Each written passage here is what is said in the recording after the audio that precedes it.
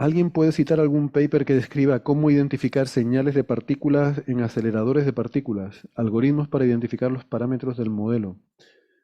No sé si papers, pero yo creo que, no sé, lo que se identifican son las trazas de las partículas en el detector, ¿no? Como en las cámaras de Bueno, niebla, que ves la traza. a ver, Eso es lo que se esto, detecta.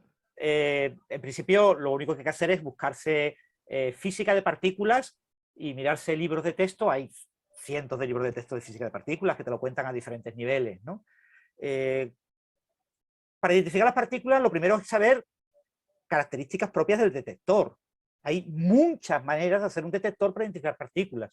Cojamos, por ejemplo, los dos grandes detectores del LHC, CMS y Atlas. Son detectores que tienen en su interior, cerca hay dos tubos por los que vienen los protones que van a colisionar y se rodean de esos detectores de una serie de capas de silicio que se llaman detectores de trayectoria. Son detectores de silicio por los que las partículas cargadas, cuando cruzan esos detectores, van dejando unas marquitas, van depositando energía, y yo puedo reconstruir la trayectoria, diferentes rectas, y eso es lo que se ve en muchas imágenes, que se ve una imagen como redonda, circular, con muchísimas rayas, ¿no? La mayoría son rayas rectas y muchas son rayas curvas.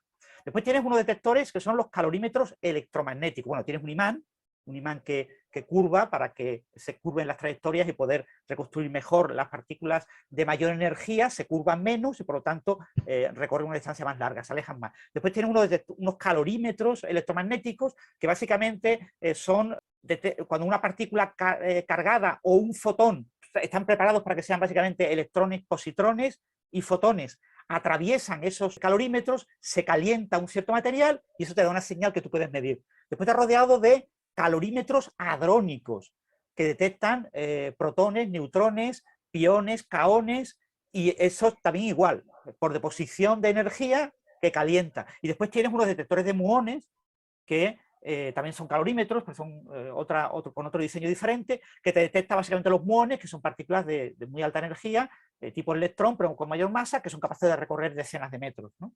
Entonces, con toda esa información, ahora tú tienes que reconstruir qué es lo que tú ves, porque claro, tú tienes un detector que tiene forma de cilindro, y tú tienes lo que se llama unos ángulos de visibilidad, o sea, tú ves unos ciertos ángulos, tú no ves cualquier trayectoria de cualquier partícula. Entonces tú tienes una proyección transversal de esas partículas. Tú tienes lo que se llama el momento transversal, tú no tienes la velocidad, el momento lineal, ¿no? La velocidad por la masa tiene tres componentes, tú solo ves dos, que son componentes transversales.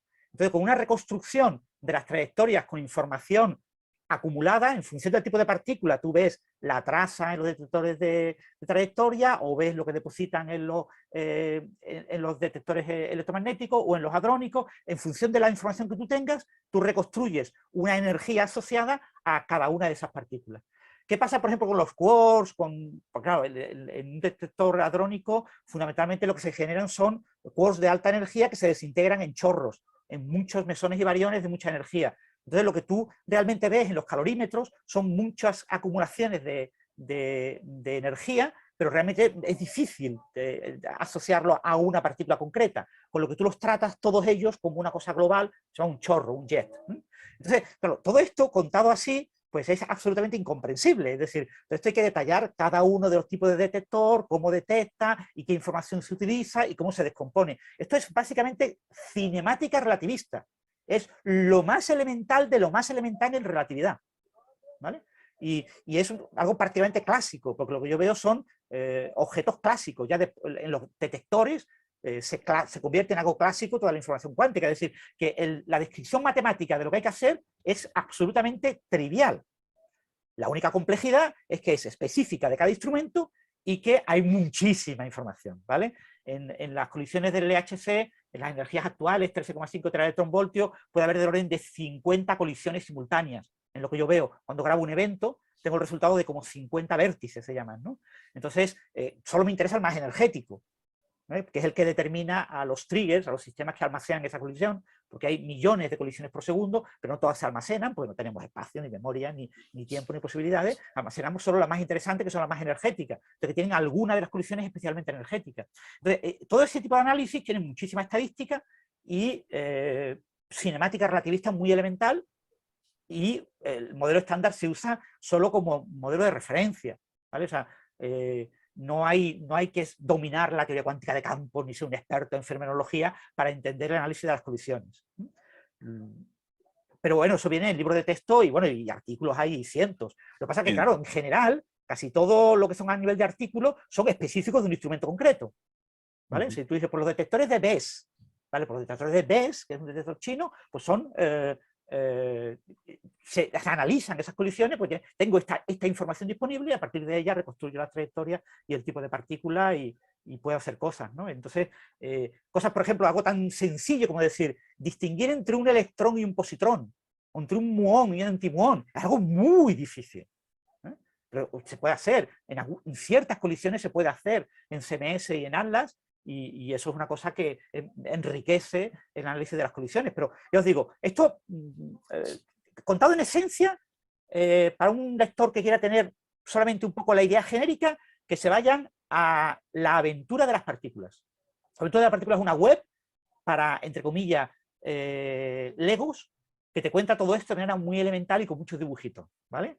Parece para niños, pero el que no pueda entender lo que yo acabo de decir, lo he dicho de manera muy simplificada y muy genérica, ahí se lo va a encontrar con dibujitos y con pequeñas explicaciones en español. Así que recomiendo la aventura de las partículas. Como bien dice Francis, ni siquiera uno puede retener todos los datos, pero aún así los que retiene, es impracticable que humanos busquen algo ahí. Entonces se usan mucho, no solamente cosas de Big Data, sino también cosas más sofisticadas como el Optimal Transport o ese tipo de técnicas para analizar grandes volúmenes de datos y data mining y cosas así. Sí, ahora mismo se utiliza poco el tema de inteligencia artificial, pero ya se está evaluando la posibilidad de, en un futuro no muy lejano, utilizar herramientas de inteligencia artificial para reconstruir las trayectorias. Ya hay varios artículos comparando los resultados de los sistemas estándares de reconstrucción cuando tú tienes un evento interesante, ¿vale? O sea, una cosa es entender unos resultados que tú tienes ahí, entender más o menos todo lo que pasa, y otra cosa es ver si ha ocurrido algo especialmente interesante, y así tienes que hacer un análisis más específico,